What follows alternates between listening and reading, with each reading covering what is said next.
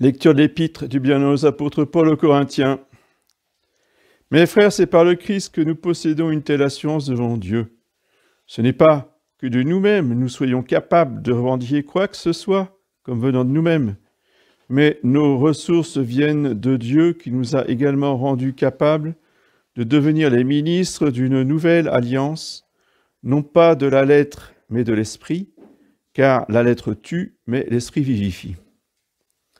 Or, si le ministère de la mort, ou l'être gravé sur la pierre, fut entouré d'un tel éclat que les enfants d'Israël ne pouvaient regarder la face de Moïse à cause de l'éclat de son visage, pourtant transitoire, comment le ministère de l'esprit ne sera-t-il pas plus éclatant encore?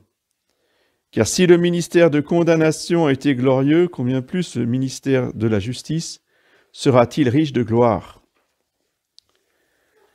Suite du Saint Évangile selon saint Luc. En ce temps-là, Jésus dit à ses disciples, « Heureux les yeux qui voient ce que vous voyez, car je vous dis, beaucoup de prophètes et de rois ont souhaité voir ce que vous voyez et ne l'ont point vu, entendre ce que vous entendez et ne l'ont point entendu. Et voici qu'un docteur de la loi se leva et lui dit pour le tenter, « Maître, que dois-je faire pour posséder la vie éternelle ?» Jésus lui dit, « Qu'y a-t-il d'écrit dans la loi? Qui lis-tu » Il répartit, « Tu aimeras le Seigneur ton Dieu de tout ton cœur, de toute ton âme, de toutes tes forces et de tout ton esprit, et ton prochain comme toi-même. » Jésus lui dit, « Tu as fort bien répondu, fais cela et tu vivras. » Mais lui, voulant montrer qu'il était juste, dit à Jésus, « Et qui est mon prochain ?» Alors Jésus, prenant la parole, dit, « Un homme descendait de Jérusalem à Jéricho, et il tomba entre les mains de voleurs, qui le dépouillèrent. Et après l'avoir couvert de blessures, ils s'en allèrent, le laissant à demi-mort. Or il arriva qu'un prêtre descendait par le même chemin. Il vit cet homme et passa outre. Un lévite qui se trouvait près de là, l'ayant vu, passa de même. Mais un Samaritain qui était en voyage vint à passer par là, près de lui, et le voyant, il fut touché de compassion. S'étant approché, il versa de l'huile et du vin dans ses plaies, et il les banda. Puis, le plaçant sur sa monture, le mena dans une hôtellerie et prit soin de lui. Le lendemain, il tira 2 deniers et les donna à l'hôtelier en disant « Aie soin de lui, et tout ce que tu dépenseras de plus, je te le rendrai de mon retour. » Qui de ces 3 te semble avoir été le prochain de celui qui était tombé entre les mains des voleurs? Le docteur répondit, celui qui a exercé la miséricorde envers lui. Et Jésus lui dit, va et agis de la sorte, toi aussi. Au nom du Père et du Fils et du Saint-Esprit, ainsi soit-il. Eh bien, chers frères, l'évangile d'aujourd'hui nous propose une parabole pour illustrer le précepte de la charité. Cette parabole, cet évangile, il faut le replacer dans son contexte des évangiles après la Pentecôte. Il faut le rattacher à l'évangile du publicain et du pharisien qui prie dans le temple. Et il y a toute une attitude, c'est-à-dire que ce sont les mêmes qui se croient les meilleurs parce qu'ils jeûnent 2 fois la semaine, parce qu'ils payent la dîme. Ce sont eux aussi qui aiment à se faire voir sur les places publiques, qui se font voir comme des gens pieux, des gens saints. C'est quoi la sainteté pour eux? La sainteté, eh bien, c'est de cocher les cases. J'ai jeûné 2 fois la semaine, j'ai payé la dîme, 10% de mes revenus, je fais mes calculs, je fais mon bilan, je suis bien, je suis sain. Je me lave les mains 4 ou 5 fois par jour, je ne me rappelle plus, bref, peu importe. Dès que je touche un païen, je vais me laver les mains, je suis sain. Ça, c'était la loi de mort, dit saint Paul. La lettre qui tue. Alors bien sûr, ça c'est l'Ancien Testament. Nous, on n'est pas concernés, attention. Si, parce que le pharisaïsme, ça continue, vous voyez, même dans le Nouveau Testament. Cette semaine, j'ai fait un chapelet tous les jours. Ça fait 7 chapelets. Ce mois-ci, je n'ai pas manqué le chapelet une seule fois. 30 chapelets. Puis je fais mon bilan annuel de chapelet. Cette semaine, j'ai fait 5 sacrifices. 5 sacrifices. Et je coche les cases. Donc je suis saint. Et ça commence très jeune. Hein. Il n'y a pas d'âge pour les pharisiens.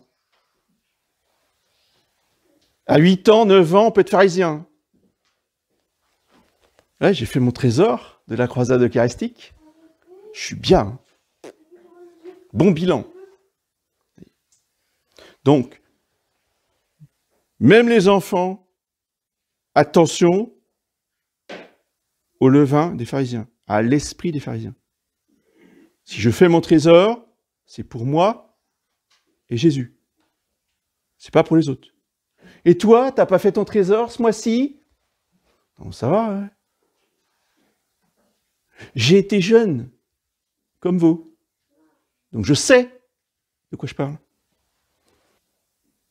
Quand vous faites des sacrifices, quand vous faites votre dizaine de chapelets, vous allez dans votre chambre, vous fermez la porte, personne ne sait ce que vous faites avec Jésus.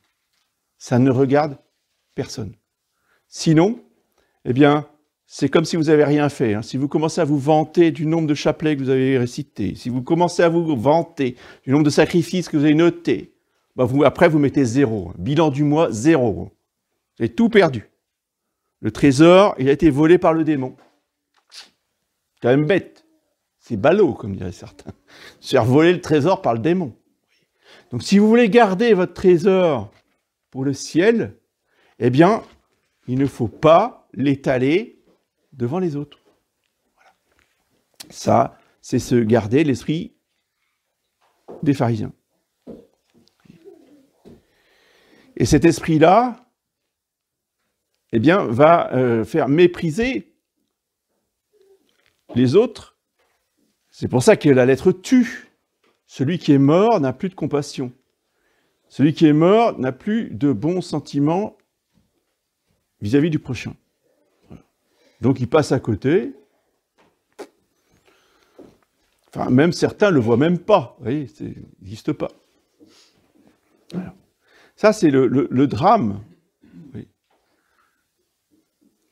de chrétiens qui perdent le sens véritable de la religion, de la charité de Dieu, de la charité envers le prochain. Il nous faut donc retrouver cette charité qui est un amour effectif, qui est un amour concret, qui est un amour en action.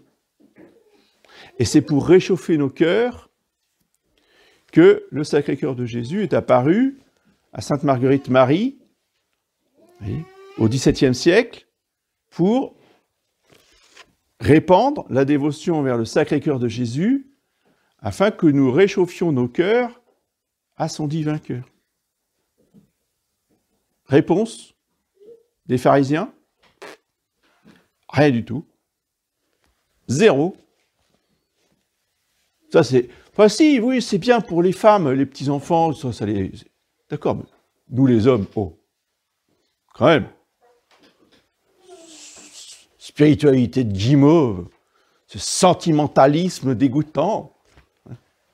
Mais c'est exactement ce qu'ont écrit des grands théologiens de l'époque. Attention, puis des évêques.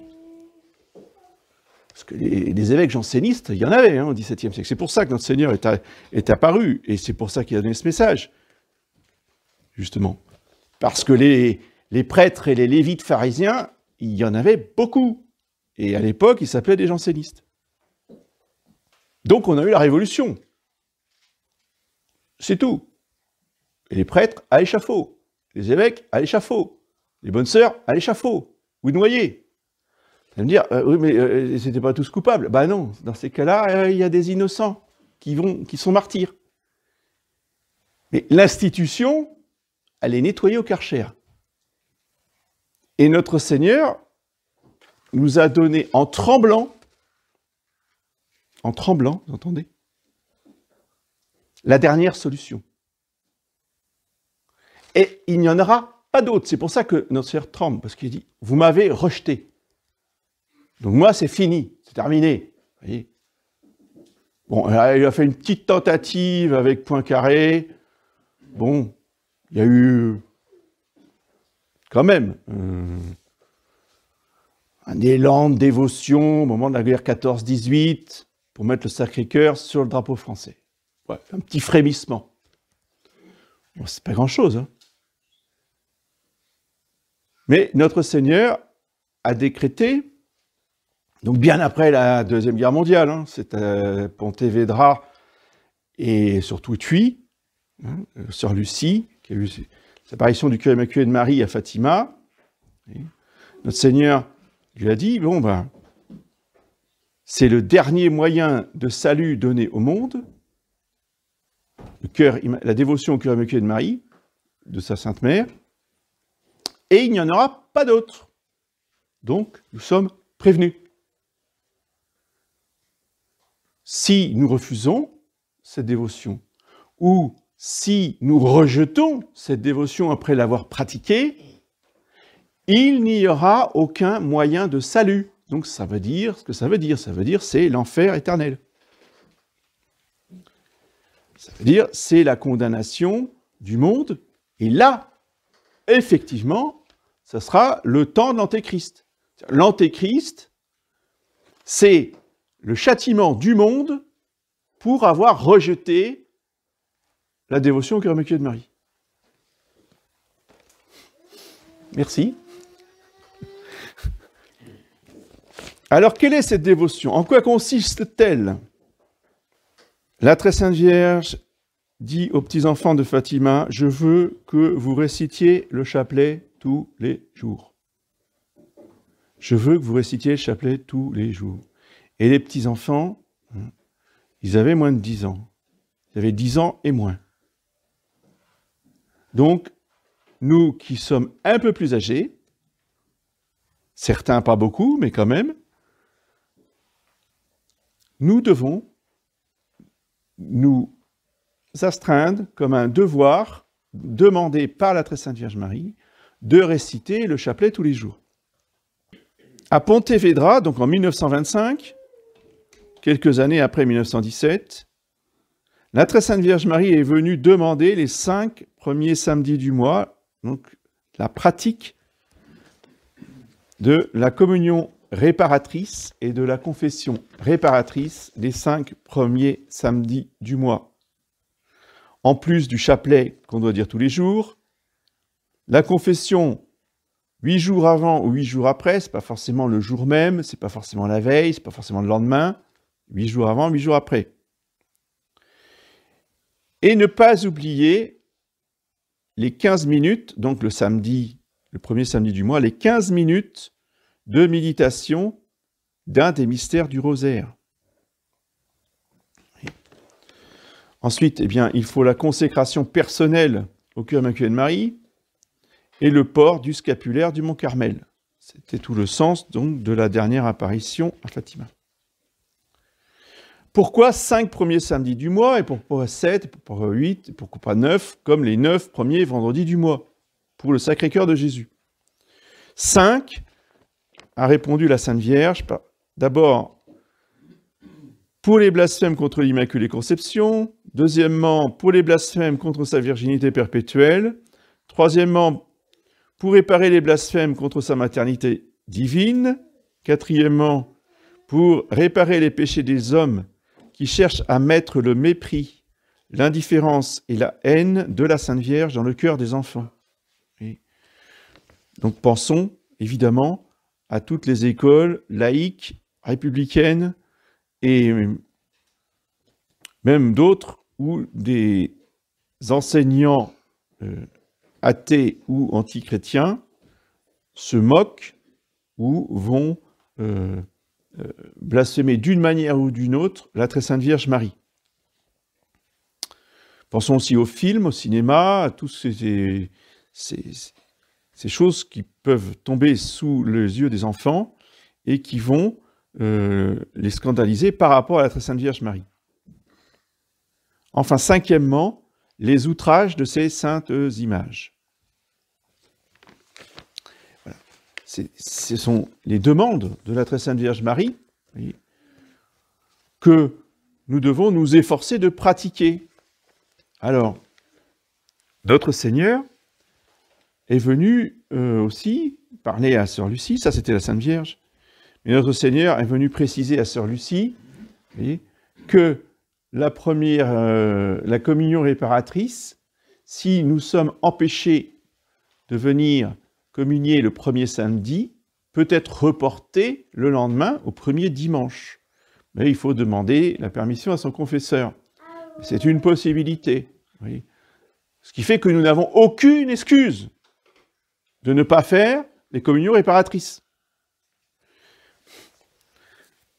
Tout le monde est tenu de venir à la messe tous les dimanches.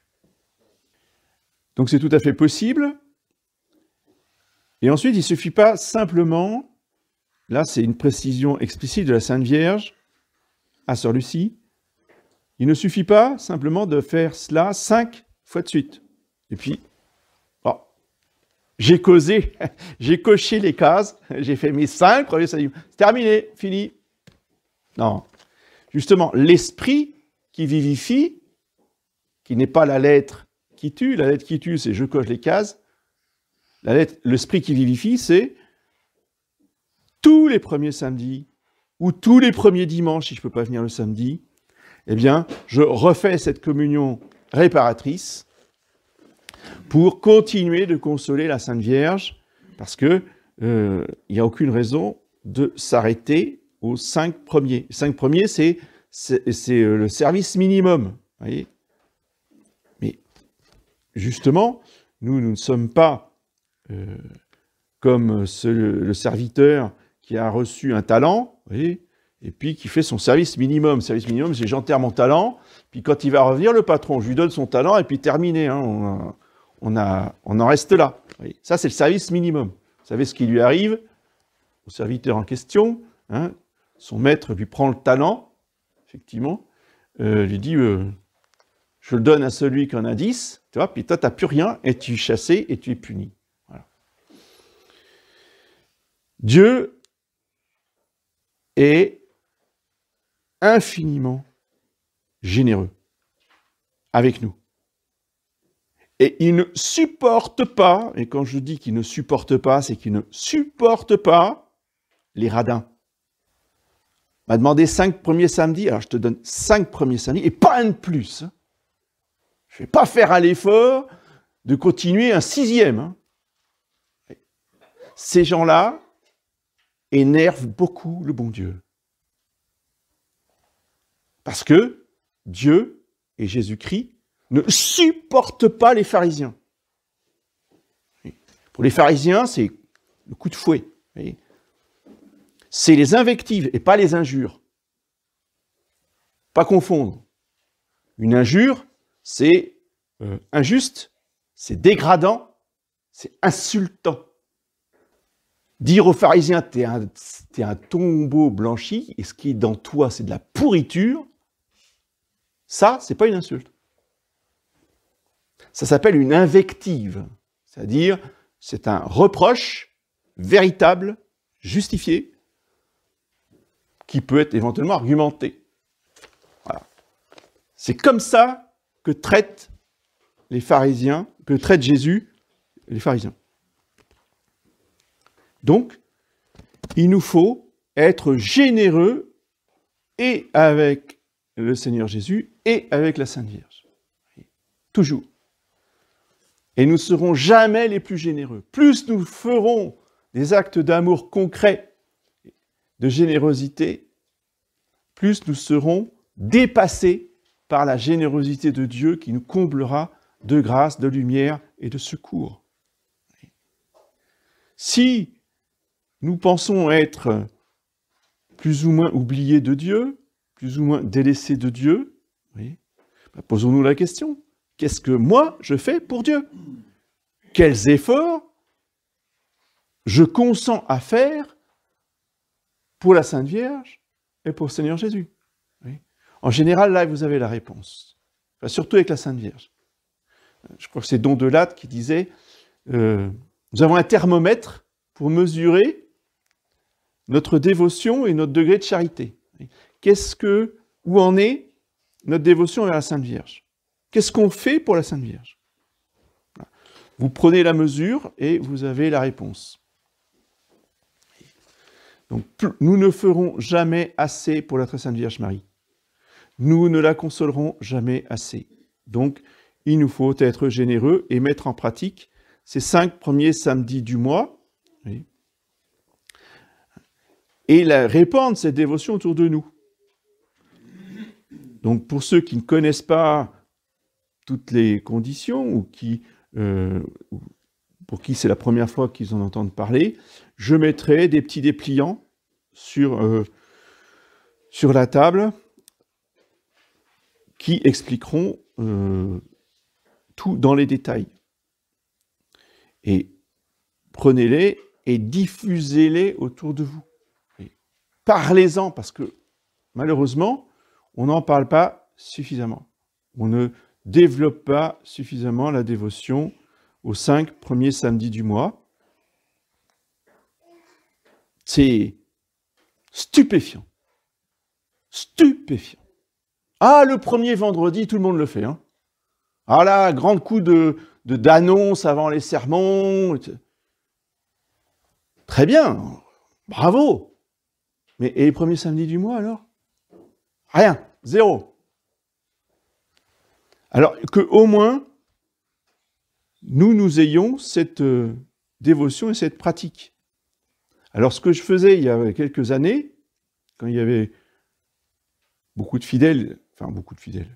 un certain nombre de fidèles qui ne les avaient pas encore fait ou qui voulaient les refaire, eh bien, avant la messe du samedi, à 11h, hein, ça va, hein, c'est pas trop tôt. Hein.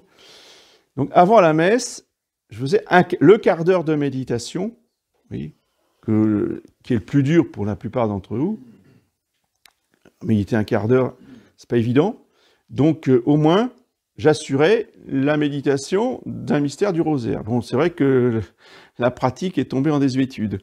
Et je peux reprendre. C'est-à-dire que, puisqu'il y a de nouveau des fidèles qui ne connaissent pas ou qui n'ont pas encore fait ces 5 premiers samedis du mois, je peux recommencer de faire un quart d'heure de méditation juste avant la messe de 11h, le premier samedi du mois. Je rappelle que le premier vendredi du mois, nous faisons une adoration. J'ai un bon ange gardien. Parce que, effectivement, ça tombe cette semaine. Donc, vendredi 2, il y aura adoration nocturne à partir de 21h. Donc, on fait 21h, 22h, tout à fait raisonnable. Voyez, pour, justement, à la fois honorer le Sacré-Cœur de Jésus, ce sera le premier vendredi du mois, et nous préparer au premier samedi, qui est le lendemain. Voyez, oui, c'est un effort, mais les grâces sont à la mesure des efforts que nous fournirons pour honorer et le Sacré-Cœur de Jésus et le cœur immaculé de Marie. Au nom du Père et du Fils et de l'Esprit.